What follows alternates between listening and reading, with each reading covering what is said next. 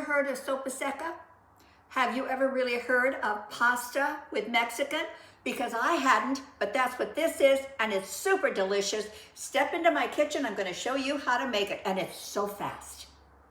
Good morning, it's Grandma Roseanne, and we are going to make a Mexican dish, which is like a Mexican pasta, but there may or may not be a twist at the end that works, but just hang to the end because I'm going to show you something that might be interesting. Sopa seca, and I think it's going to be delicious. So what you're going to want to start out with is 3 tablespoons of vegetable oil in a skillet. Whoa, it's better not to cook the top.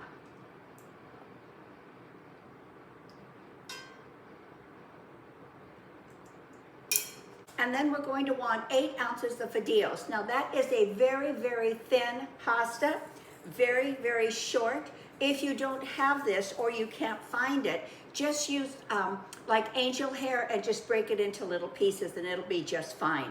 So now we're going to heat our oil and then we're going to add our pasta and we're going to cook it until it is brown. We want it that golden color because it's going to bring out the nuttiness of this pasta. Okay, we're good. 8 ounces. You want to give that a good stir so that all of your pasta is a little bit coated with the vegetable oil. This is going to take maybe 5 minutes to get it that nice golden color.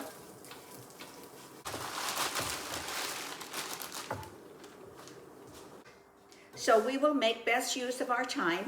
So while our pasta is getting that beautiful golden color, which is so nutty in fragrance, and you'll be able to smell that, we're going to just start working with our tomatoes. Now I have plum Roma tomatoes, and I have 1 pound of them. It's going to be 5 or 6 tomatoes. You're going to want to core it. Get that little stem out of there. Don't forget your pasta. You got to keep an eye on that thing. It can go from golden to, oh dear Lord, I've got to start all over again really quick.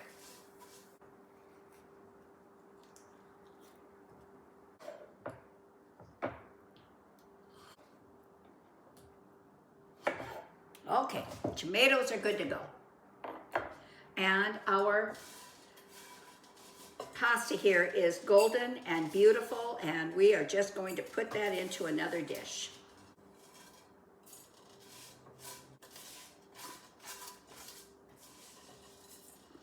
And we will set our golden pasta aside for now. We're looking for 1 more tablespoon of vegetable oil. We'll let that get heated up. And to our oil now, we will add all of our tomatoes. I have 1 diced onion.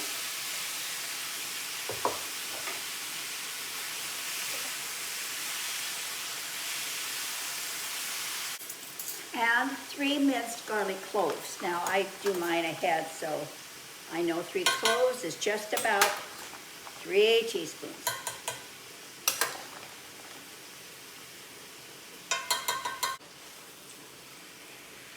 About 8 to 10 minutes. And I am going to cover the pan and I'm going to lower the heat a little bit.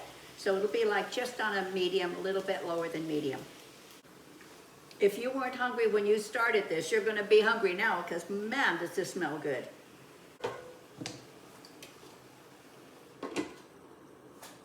Okay, our cook time is over. Our tomatoes are very, very softened. The garlic and the onions are amazing in fragrance. So we can shut our heat off here for a moment. And now it's time for our blender. We're going to take our entire tomato mixture, we're going to put it into a blender.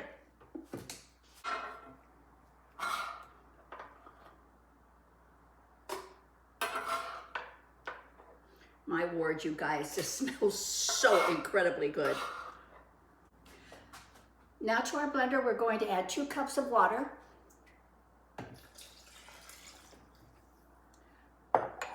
2 tablespoons of chicken bouillon. Now I use Knorr, which I think is a very, very superior product. This is granulated. If you can't find this or you don't have this, if you do have the little cubes, just crush them up and get 2 tablespoons and you're good. We need 1 teaspoon of oregano.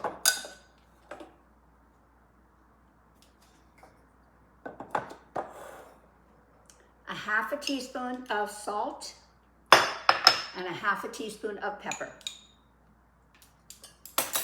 And we're going to blend this on high until it's very, very smooth. So it could be 4 to 5 minutes depending on your blender. I forgot one thing, very important. It's chipotle chilies in aboto sauce. Now this carries heat, so be careful if you're sensitive. This calls for 1.5 teaspoons to a tablespoon, depending on your heat tolerance.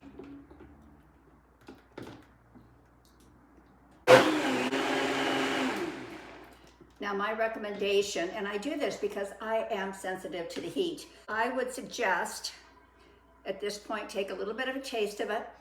If it has enough heat, enough flavoring for your palate, perfect. If not, this is a good time to add.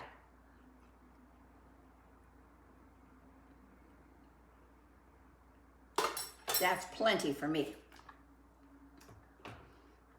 That is good.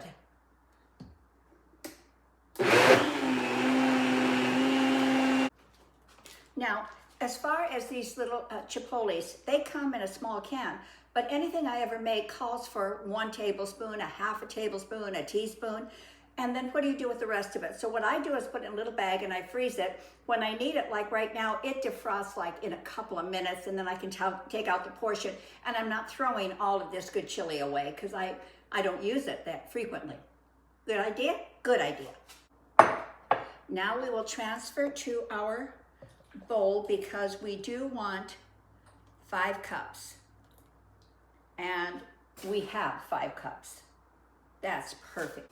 Now back to our heating element, we're going to put our entire sauce in. Just look at that color, will you? Oh my word, that is absolutely gorgeous. And now we will come back to our little pastas here, and you want to just kind of spread them into your sauce.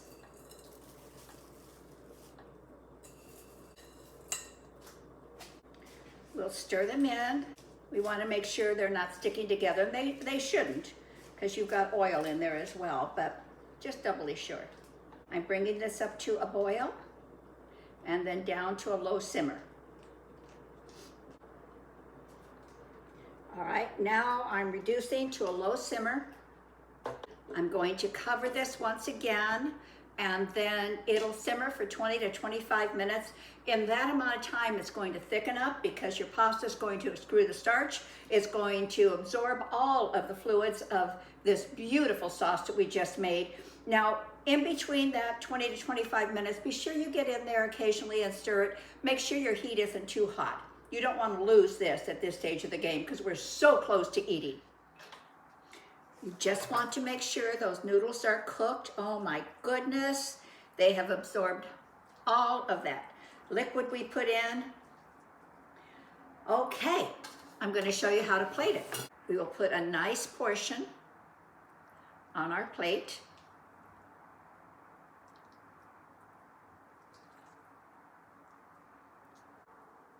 Avocado, which is such a beautiful accompaniment. Can you even see that? Let me get over here. I'm talking to myself. And cilantro.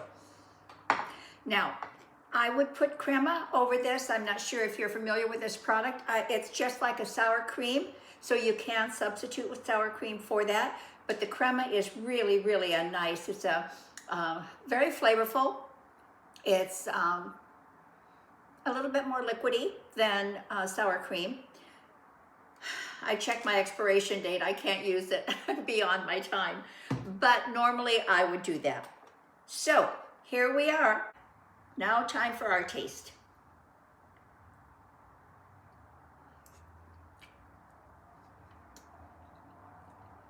Oh. Dang it, that thing is good. Oh my goodness, that is delicious. Now, I told you I was going to possibly do something that might be a little bit interesting at the end. So give me 1 minute. Let me see if I can. Good. So my thought is, why can't we turn this into an amazing breakfast? Look at this. How perfect is that? And wouldn't you love to serve that to someone? Well, I'm telling you right now, I'm serving it to somebody pretty special, and that's me. I'm gonna eat it right now. Thank you for coming. Ingredients below. Hit the subscribe, hit the bell. I do videos every Saturday, and I post stuff during the week too. Thank you for coming. Enjoy the rest of your day. Bye.